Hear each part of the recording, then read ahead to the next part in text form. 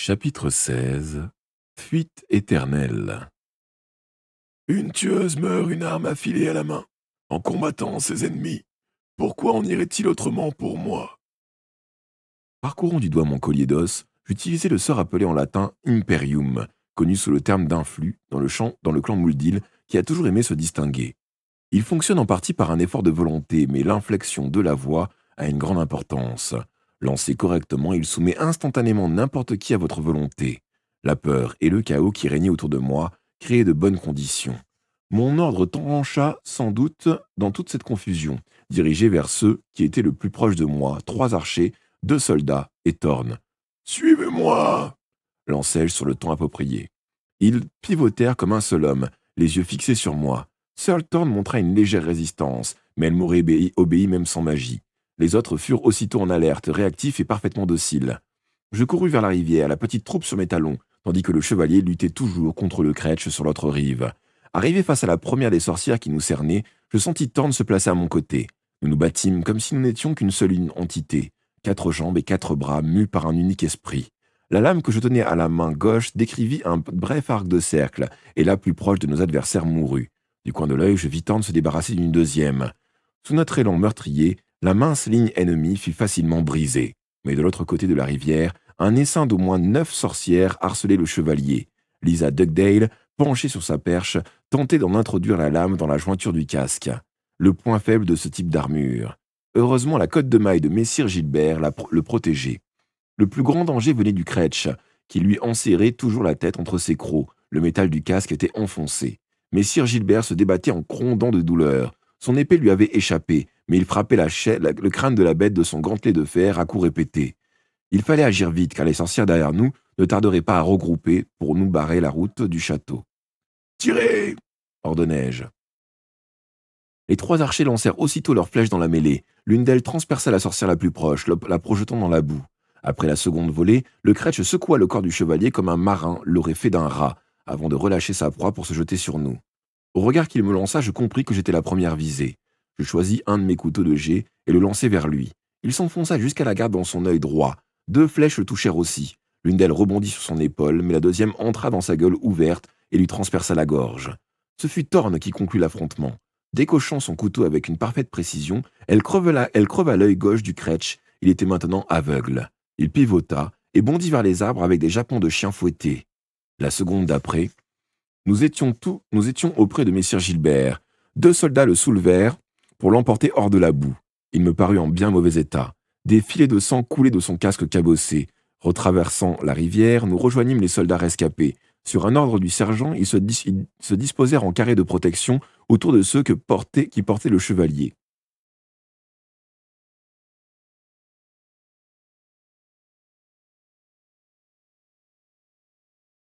Thorn et moi combattions de chaque côté tandis que la lente retraite vers le château commençait. Nulle part on ne voyait le mage. Cette absence ajoutée à la fuite du Kretsch parut décourager les sorcières. Malgré leur supériorité en nombre, peu d'entre elles osaient nous attaquer, et celles qui s'y risquaient périssaient par ma main ou par celle de Thorn, tandis que les plus prudentes, qui suivaient à distance, étaient fauchées par les 4 archers survivants.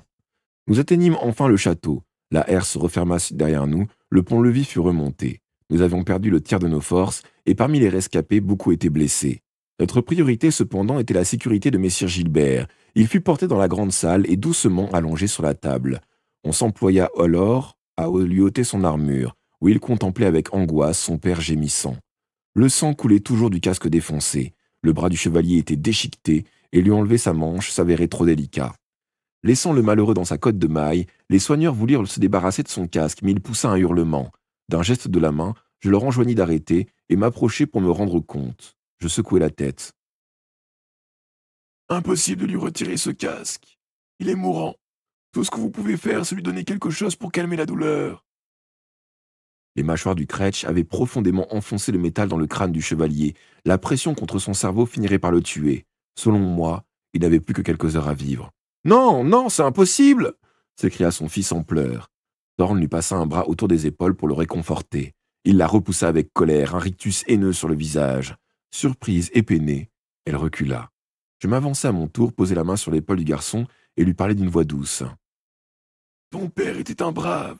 On se souviendra toujours de ce qu'il a fait. Sois fort, Will. Bientôt c'est toi qui gouverneras ces terres. » Il s'écarta de moi, le visage tordu par la rage. « Je voudrais nous avoir jamais rencontrés, » cracha-t-il. « Mon père va mourir à cause de vous. »« Je n'ai pas désiré ça, dis-je. Et là, ce qui est fait est fait. » D'un signe, j'enjoignis à Thorn de quitter la salle. Dans le couloir, nous croisâmes le prêtre, escorté par 2 soldats. Il avait dû être appelé au chevet de messire Gilbert. Il me lança au passage un regard noir auquel je ne répondis pas.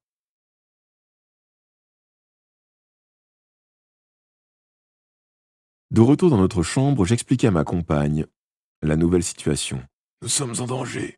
Nous allons devoir défendre nos vies contre ceux qui étaient auparavant nos alliés. » « Oui, il paraît très en colère.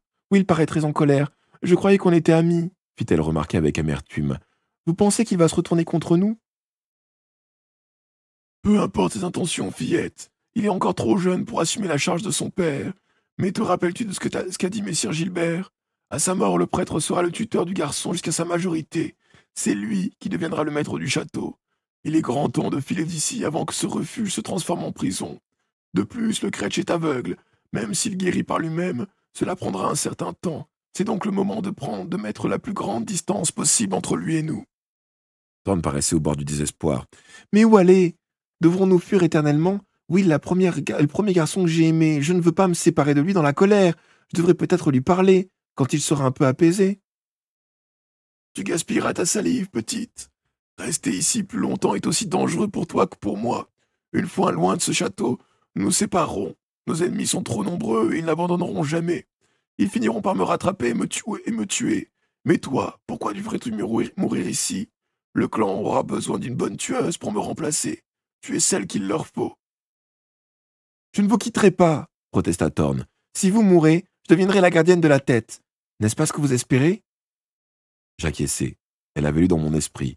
Je m'apprêtais à prendre le sac de cuir quand je perçus le danger. Une seconde trop tard, malheureusement. La porte s'ouvrit et 4 archers entrèrent, prêts à tirer. Derrière eux venaient 4 soldats accompagnés du prêtre, le père Hewitt. « Déposez les armes ou mourrez !» ordonna-t-il. Un homme de haute taille, aux épaules larges et au teint rubicond. Physiquement, il ressemblait plus à un fermier qu'à un prêtre. Mais sa soutane noire était neuve, ornée tout du long de boutons d'argent, et ses chaussures étaient taillées dans le cuir le plus fin. Brusquement, un clignotement de la lumière au coin de mes yeux m'annonça l'imminence d'une nouvelle crise. Il nous fallait fuir au plus vite.